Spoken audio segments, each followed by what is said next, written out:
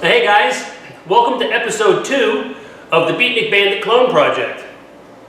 Well, sitting here sipping coffee, I noticed while reading my May 1961 Carcraft magazine, they call this a Buick hood ornament, and it's far, far from that. It's a 1957 Ford hood ornament, and looking right in the front here, where Roth, Big Daddy Roth, wrote Roth. He painted right over a Ford crest, a Ford logo. So, magazine editors, don't believe them, don't trust them. They just print shit in the magazine because they want to sell you a magazine. I used to be an assistant editor of Einhorst. I know how the game is played, how it works. So you do your own research and figure things out. But I thought I was going to have a bit of fun today and mount this. That would be very exciting to have a piece of shiny on the car.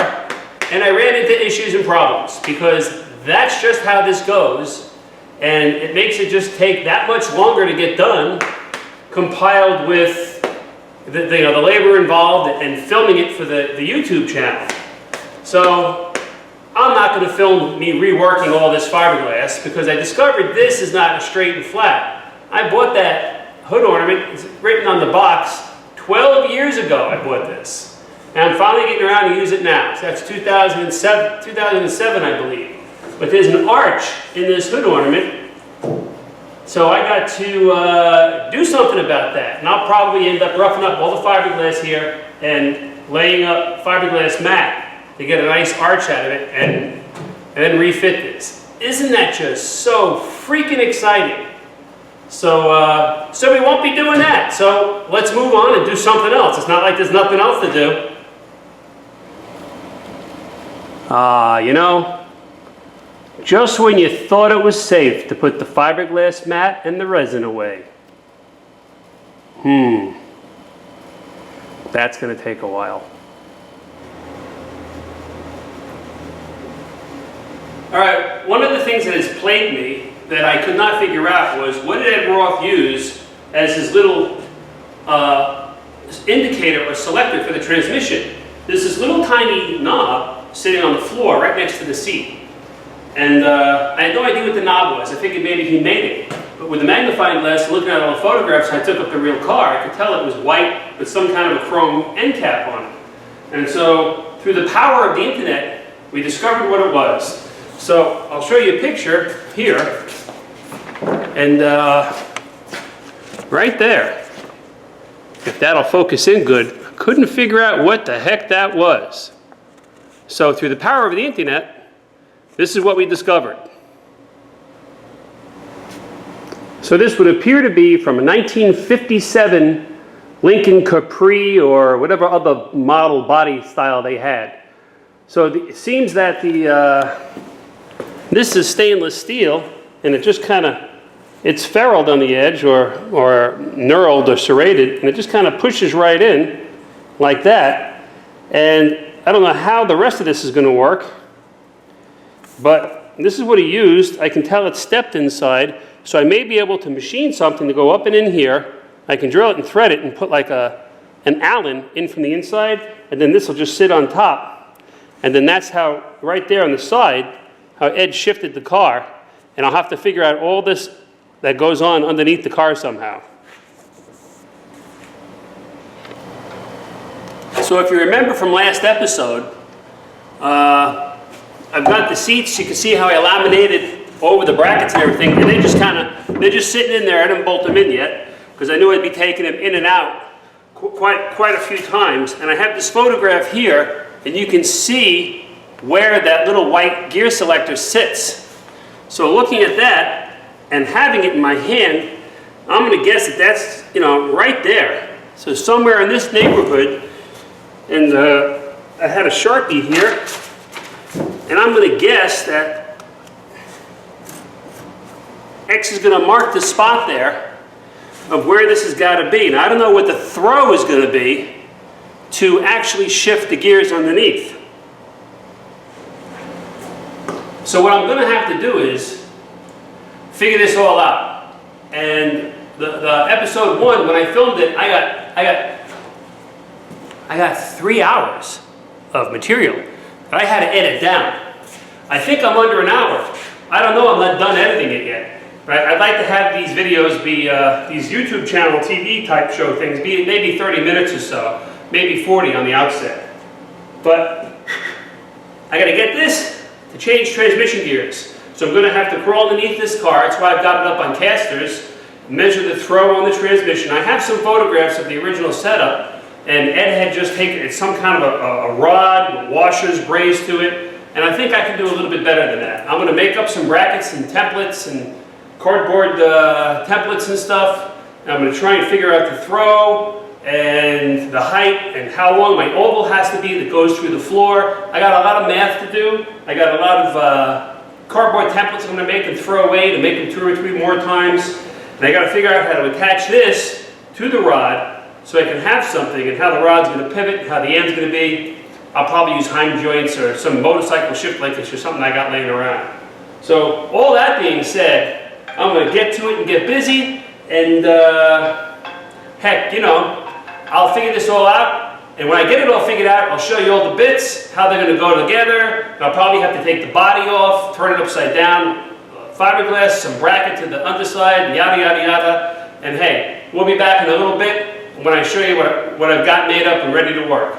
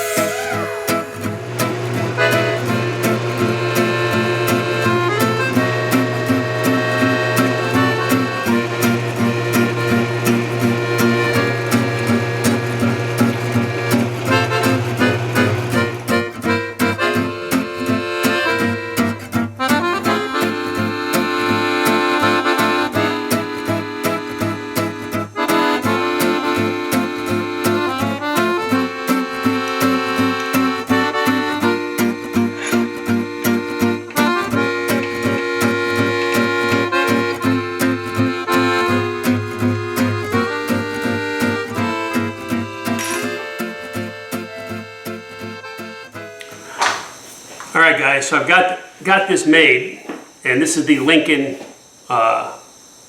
shifter knob, gear selector, whatever you want to call it. And I opted to use a piece of 1/2-inch round stock that I had, and it matches the bottom exactly. It's a tiny bit bigger than I guess what Ed Roth had used, and there should be enough meat here.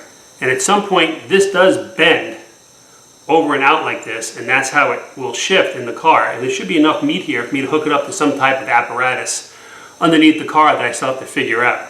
I've gotten this far, so that's it, and I guess that looks pretty good. It looks like the one in the car was painted, but I would like to chrome plate it because it'll only be a couple of bucks, and I might as well. So I'm going to have to go ahead and lock up for the night, and this is as far as I got because I had to hunt down this. I don't know where it was, but I actually had it in the basement of my house. So yeah, we'll move on. We'll keep knocking this out, and I got to figure out how I'm going to make all the bits for underneath the car. And once I get them figured out, I'll show you, get the body off, yada yada yada. See you in a little bit.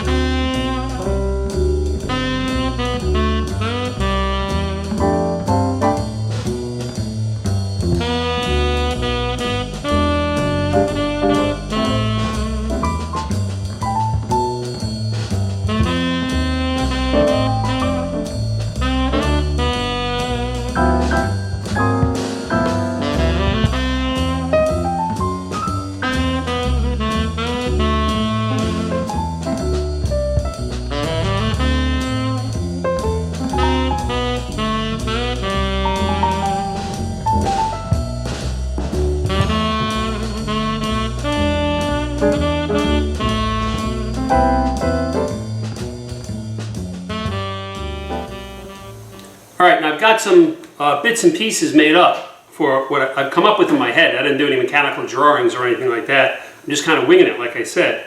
And I think it'll be a pretty good plan for a shifter that's very small on the floor, that'll probably never get used other than to put this car in park when it's at a car show or when it's in my car trailer on the way to a car show. If you've seen me in episode 1 sitting in that car, there's no freaking way you're driving this thing. It's a giant 1-to-1 scale model kit. So what I'll do is I'll show you the pieces I've made up and I'll try to explain it to you thus far. And I've still got things to make, and I still have things to make, and I've got a different approach on it, and I'll show you right now.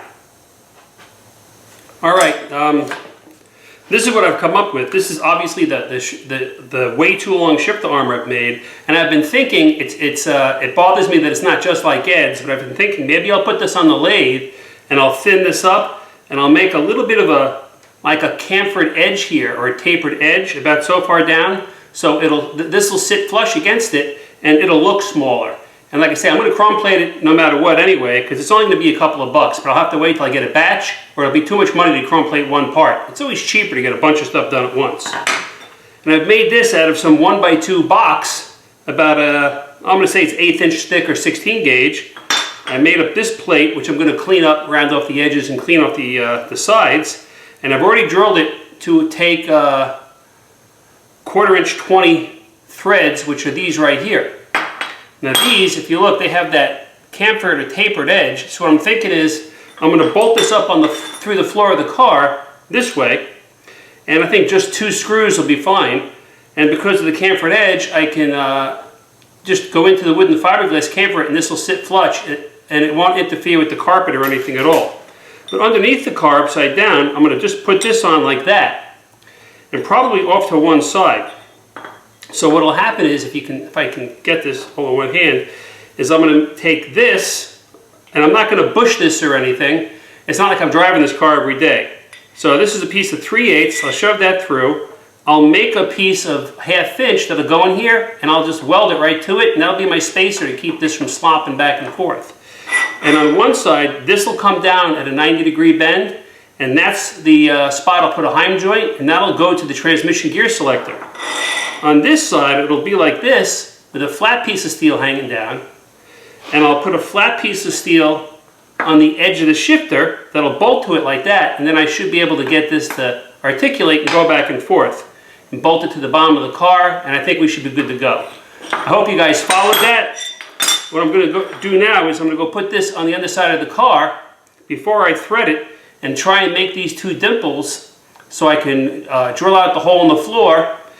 I'll thread this, and then I'll make sure these thread up to this before I go doing any welding and wasting this one part that I have time in making. So let's head on over to the car now.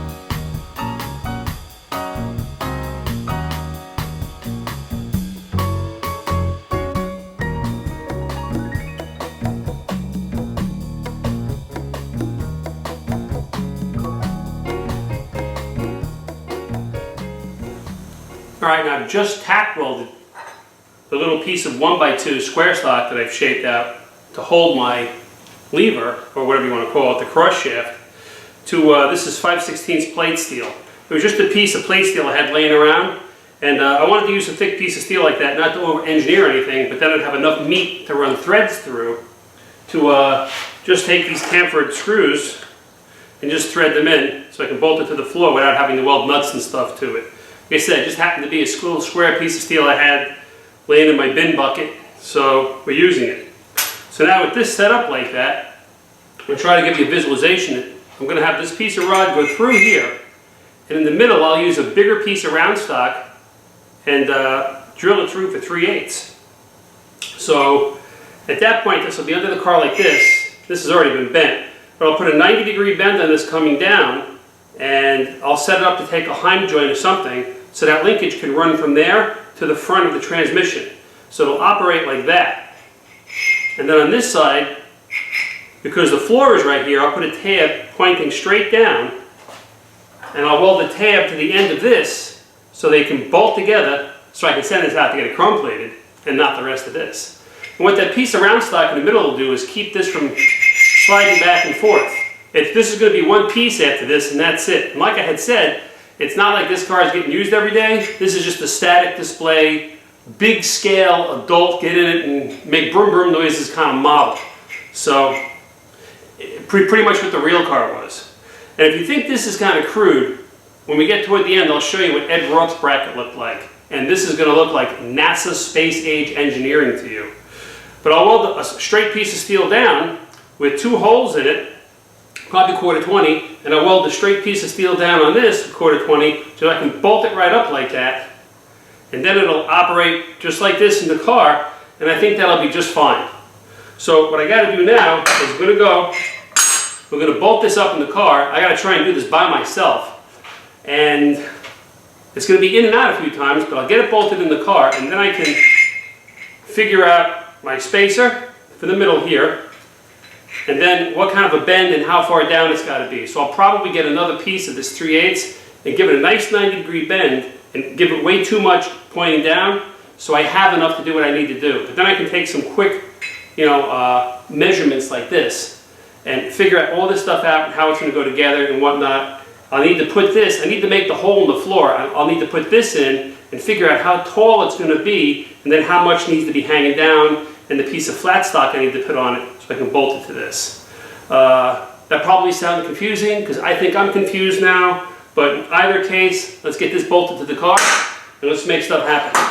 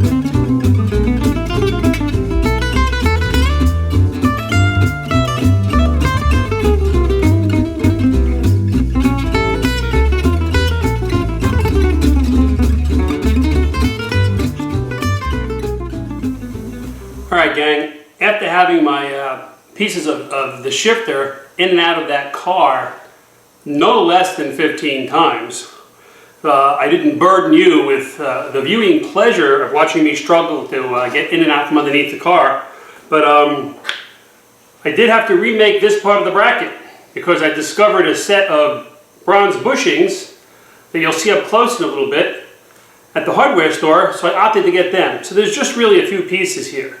So there's the piece you've seen that I bolted into the bottom of the floor. There's the hardware for it. I did make up a cross shaft, and I have this bracket tack welded on it, and off to it goes this shift linkage that I've made. And I've welded washers to it and drilled it with to take these 2 cotter pins to put in there. And then we've already seen the shifter and everything with the Allen bolt, so I can put that together, and that'll get welded to this bracket here, which will be like that. And then this with these 2 quarter 20 bolts will get bolted up to this bracket. And this bracket has a 3/8 hole in it, and it's chamfered, so I can weld it to the end of this bracket. So once this is together, it won't come apart. And to keep it from sliding from side to side like this, I've made a spacer, which I've drilled through and tapped the other side 8/32, so I can put it on and just run a screw in there, because I didn't figure I'd get a good enough weld to keep that there in that tight little confines. And these are all the bits. Now you can see all the pieces I have here to make up the shifter, with the exception of the stainless steel cap that goes on this. So once I push this in, it's on there for good.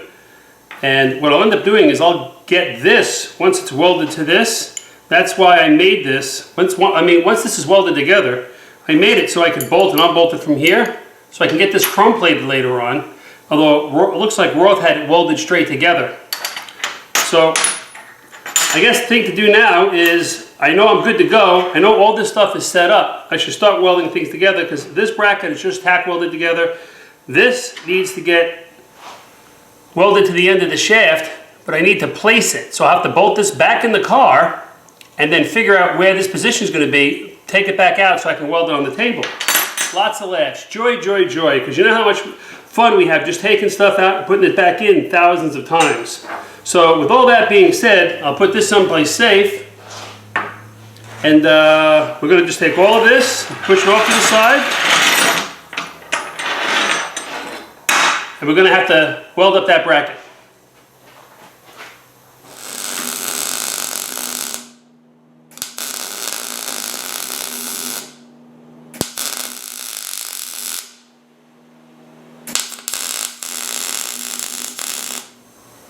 Alright, so I'm going to have to wait for that to cool off.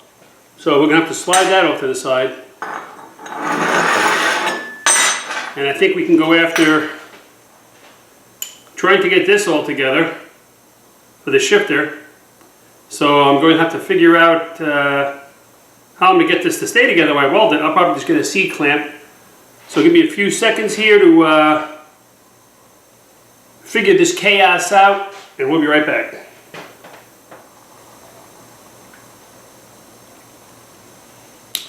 Just to let you know how laborious some of the stuff is sometimes. It took me a few minutes to find the right C-clamp, because they all had too much meat. They were too round on the bottom. This one had flat sides, because I couldn't get that all just to sit nice, but that's how I've got it, and that's how I'm going to weld it up now. Let me turn my welder back on. Actually, make sure we got a good ground. We'll put the clamp right there.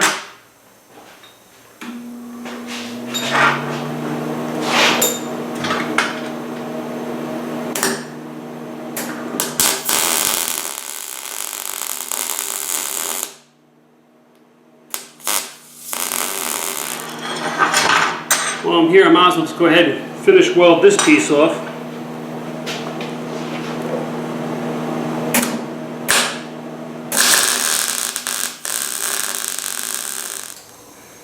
Alright, here are the few of the bits. Well, we don't need the shift linkage. Here are the few of the bits that we're going to put together. This is all set up real good now.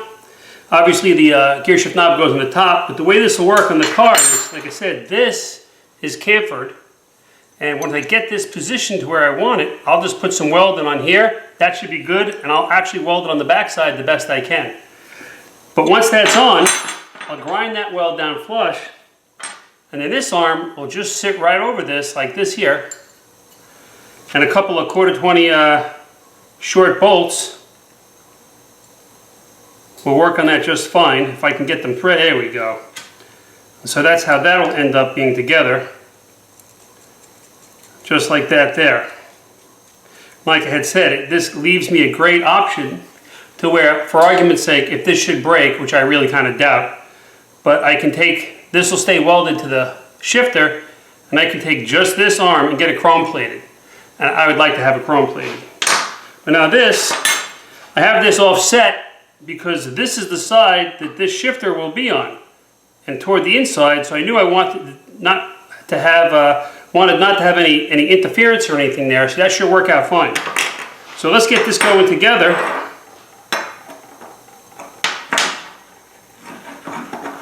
Whoop, I already forgot a piece. Look at that. The spacer goes in the middle. And we'll put our 8/32 screw in there. Almost knocked my coffee over.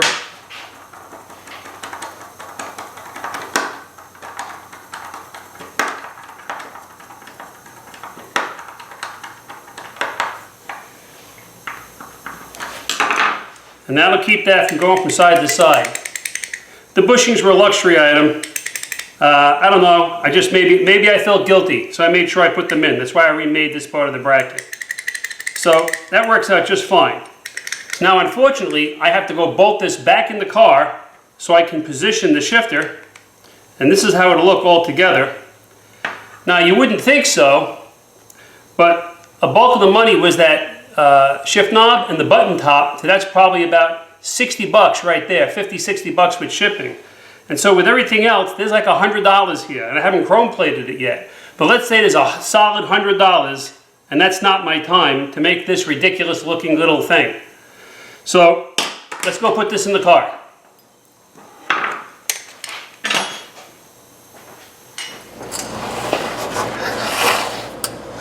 Now, unfortunately, because I'm working by myself, I got the screw stick in here. I got to hold it with some needle nose and then try and spin the bracket around it to get this thing bolted together and started. When you're working alone, you become very innovative.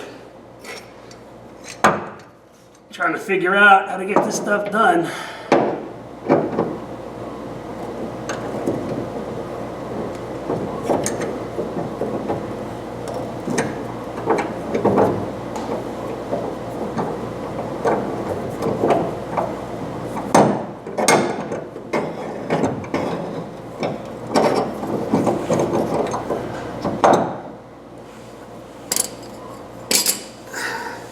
You go up top and put the other screw in and sock it up tight.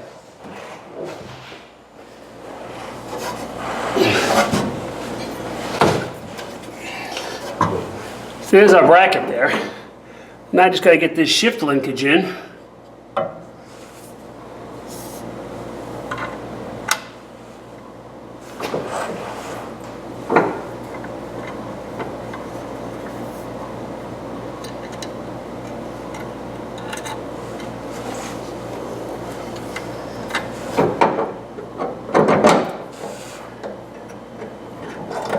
All right, so you can see that this will work just fine. I want to find the middle, so I know my shift is probably straight up, or I should move it all the way forward so I know my throw isn't so far back that it'll be touching the seat at all, because that'll be park. That'll reverse, right? Either way, we don't want it to hit the seat. So that being said, let's take this piece and shove it in the hole, see what that looks like. That looks really good. And if we held that like that and moved that barely moves up top. That's perfect. So I wonder if I should make my mark in the hole where I'm going to weld it. It'll be a lot easier to see on the welding table. Take that apart.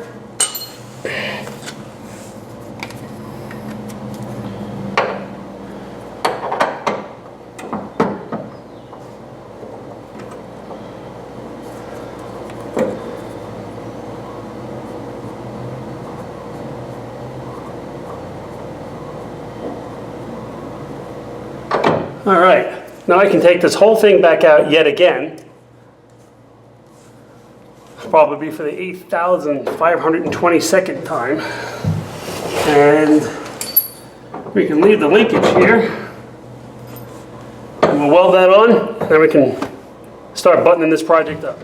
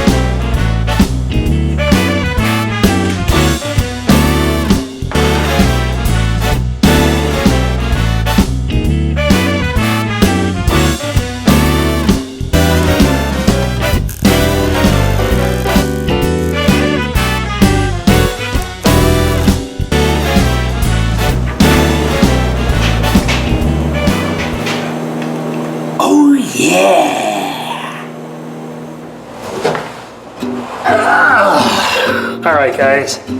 I already put this back in because I didn't figure you needed to see me struggle with it again. So I'm going to put this linkage up and on now.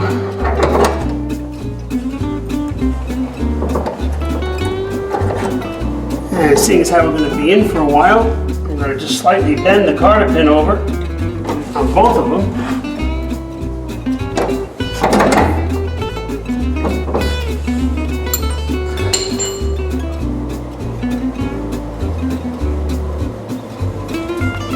And I probably spent a good 10 minutes trying to source a couple split lock washers for these 40-20 bolts.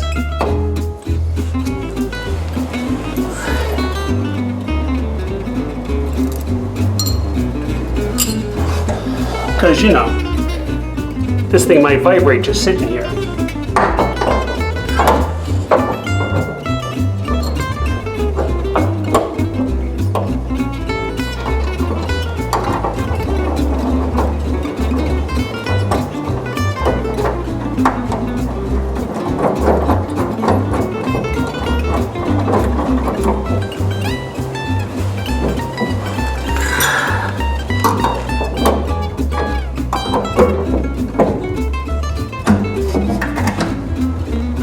Make that good and tight.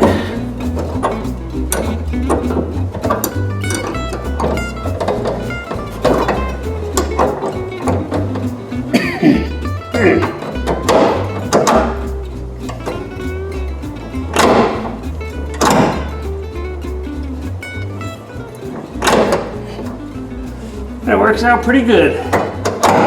My forward throw almost, if not, just touches the floor where I cut it out. So I can always just kind of, it's straight now, and I give it just a little bit of an angle or something with an angry grinder, and it'll be fine. But that's what we think is reverse anyway, so. All right, where I got it's good. That's the underside. We're all done. I'll try and hold that camera, maybe show it to you, so you can get a good look at it. And when I get out from under here, I'll show you what Ed Roth made up in fiberglassed in. I think removing this was the ticket, because I had to make it and everything.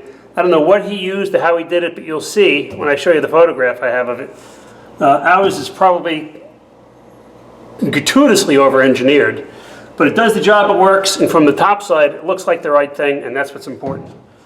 Let me see if I can't drag that camera over and show you. All right, gang, I got the shifter in the car. And so far so good. It seems like it works fantastic. And I've got here the one and only picture I took of the underside of the Beatnik Bandit's shifter. And I'll show it to you here quick. And there you go. You can see, like I had said, the big washers kind of brazed onto a piece of rod and whatever strap that is. And you can see this whole, whatever kind of Ed's got going on right there.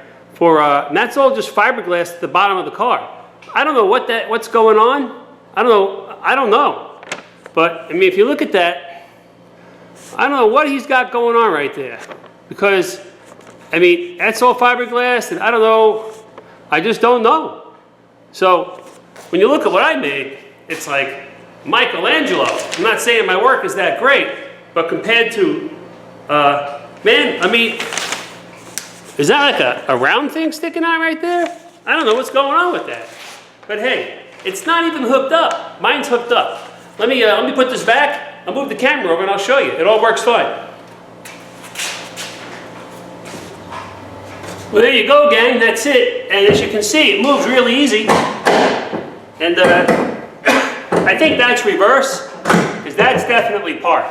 Whenever I saw the Beatnik Bandit, this was always sticking straight up. So I got a lot of space here where it's cut out, but hey, for guessing, that's pretty good. It touches the front there a little bit, so I'll go in and I'll maybe cut this open a little bit later on, but that's it right there. That's the right thing. So that's all done, it's all set, it looks good, it looks like the real deal, you know? I got that picture here somewhere. Oh, I'm looking for it. Here we go. You can see the little shifter right there. And that looks like the right thing to me. So I'm very happy about that. All right, guys, well, that's the end of this episode. We got the shifter made, it's in the car, everything works fine. And I think it's fantastic. It looks like the right thing, you know?